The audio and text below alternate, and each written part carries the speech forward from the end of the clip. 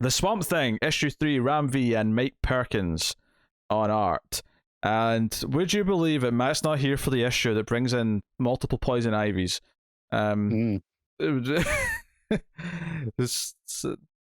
sad bit of luck of that. But yeah, so Jennifer wants to analyze Levi, give him an MRI, and try and like figure out what's going on with him. And pretty reasonable. Yeah, it's all reasonable stuff. And again, we talk about the coloring in this book a lot, but because it's going to be so drenched in green after this, I love that they made a point of like, okay, we're in the city for like a page or two. Let's do some purples and stuff. You got like 2 panels at the top of the page where it's like neon. It almost feels like it's in current Gotham. Yeah. So I like that touch, but yeah. So basically, he ends up getting into the green, where his brain readings start change as the machine's running, and she comes in. There's like flowers and foliage and just green, all over the room, and she ends up getting taken into the green along with him. And it's interesting because his narration, during that 2-page layout with the brain changing as it's going into a seed effectively. He mentions the red versus the green. We're bringing up those concepts again, which I think is very fascinating. But he ends up in the green, and obviously the arts here is gorgeous. This is we've said this before, but this book is playing so well to Perkins' strength as an artist. And he runs into Ivy, but as we sort of discover throughout the issue, this is only part of Ivy. It's like Ivy's kind of like split in two almost, and like the more human side of her, the more sympathetic side of her is kind of this first one that he meets, and then the sort of the Queen Ivy, as it were, is the more. And this plays back into the it was the Ivy and Harley mini, I think, that me and Matt enjoyed, where it established these this split Ivy, that you've got the more traditional like evil version of Ivy going around, and the one that's in a relationship with Harley at the same time. Yeah, well, I guess the idea that they're because I'm assuming they're both part of the same person, and it's the almost like her inner psyche in the green at least gets to literally split up and kind of be opposing pretty much views. Except interestingly, not just in the green. It's taken the plant biology element of it to the extreme and kind of literally split her. I wouldn't have cared really either way, but I do appreciate in principle that this ties into other Harley or other Ivy things that have been happening. It's not just out of the blue. Yeah. So I mean that's nice, or out of the green, as it were. But she mentions hopefully your friend Jennifer doesn't run into him, and it's like there's a tease of like, wait, so she's in here too. But there's a great moment here just before we get to that though, where she mentions there's various different things in here to be frightened of, and they look over like a ridge, and there's a full page spread of this giant green/red monster. What this is the Woadwoes, which is a thing in mythology. Oh, go on, tell me about not this. Not usually that big.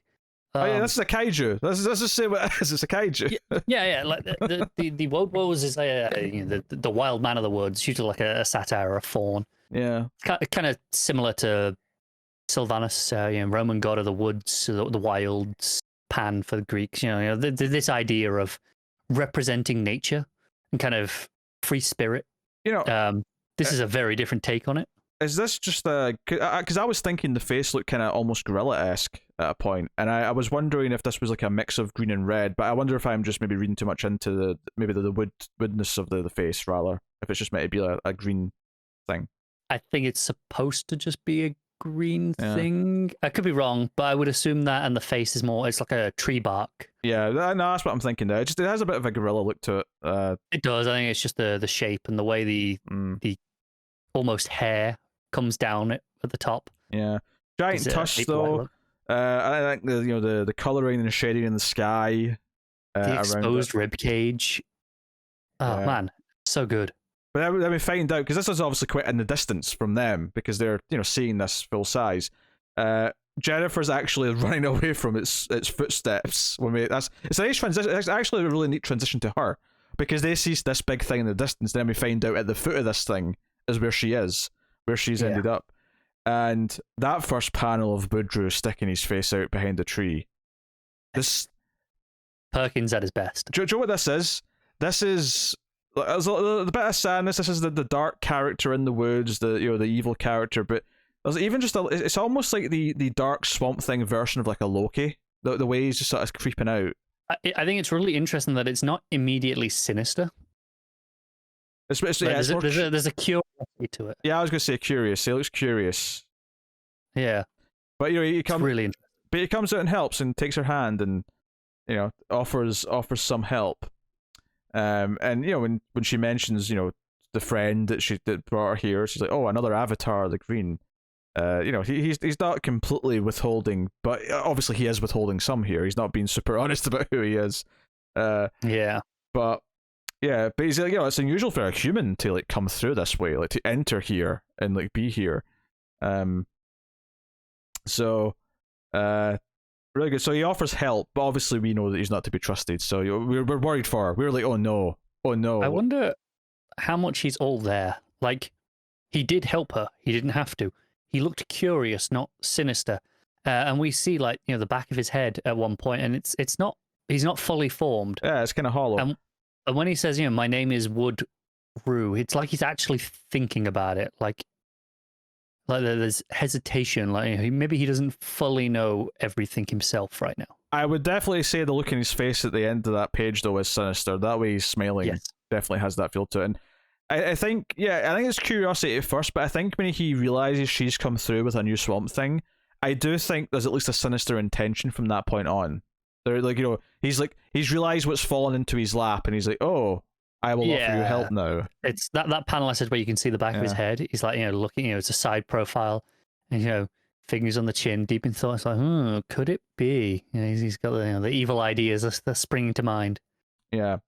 Then we cut to the Queen Ivy. That's what I'm just calling her that because she's got like a sort of almost crown-esque quality. She's sat on a throne as well. Yeah. So I mean, I don't know if that's technically the term they've been using, but that's what I'm calling her. No, we'll go with it. And she's kind of, I'm not pissed, but very critical of the other Ivy for bringing Swamp Thing here and offering help and all the rest of it. But yeah, but it obviously adds to this layer here where she's talking to Swamp Thing about accepting the green and giving up his humanity, and she's like sort of like talking about her own humanity, which is represented with this other version of herself. So, and the same, it's kind of like her split is the literal version of what he's kind of dealing with, and it's not so much that the personality traits actually match at all. It's not like the Swamp Thing is as villainous as maybe Queen Ivy is out of the two Ivies, but the idea that there's two entities, there's two personalities at work here that are kind of sharing a coexistence. And some really proper horror stuff with Ivy, like having vines coming up and attacking him, and there being the giant the Venus trap style thing that's huge in the ground, all that stuff. Just Perkins getting to like really flex with the fantastical art and the monsters. Yeah, it's real good stuff. But but then the human Ivy, the more sympathetic Ivy's like, but you're hurting. I'm the one you're hurting now, and this kind of snaps. Just on this Ivy, I love what they've done with the lettering for this Ivy. It narrows as it goes through each line, and it kind of goes up and down, and it's a bit wavy, and it just feels she's not all there, right? It gives this impression. Yeah. Even the wavy speech bubble does that as well. But I think it's quite clear the point in here where where the human Ivy, again, I just mean sympathetic Ivy. She's the one who says, no, but you're hurting me now, and this makes her back down. And even the look in Queen Ivy's face when she realizes she's hurting the human side, it's the idea that both of them are important for the whole to exist. Like they both need to sort of help keep each other in check. And that's kind of an important part of it. So yeah, but Swamp Thing kind of like breaks off the vines. It almost looks like there's fire around him, and he says, we're not all as weak as you think. And this kind of shocks her. And this is maybe part of the power of the green. He's finally harnessing it. He's finally realizing the power of being the Guardian and being Swamp Thing. Accepting some of it, yeah. Yeah. And then, of course, we have the figure who appears out of the shadow in the pink light. And he says, calm down, Levi. Because, he's about to go supernova, essentially, Swamp Thing. And this figure says, calm down, Levi. And the final page, the reveal. It's not the final page, sorry. But it felt like the final page because it's a big reveal. It's a full page spread of Alec Holland saying, I'm Alec Holland, I used to be you, let me explain how this works. Let me sort of guide you and give you some. And this is a neat thing. I think we all expected Alec Holland in some form to appear in this story, to sort of transition things. But I think Alec, because there was such a struggle of Alec, like, is he Swamp Thing? Does the Swamp Thing just think he's Alec Holland?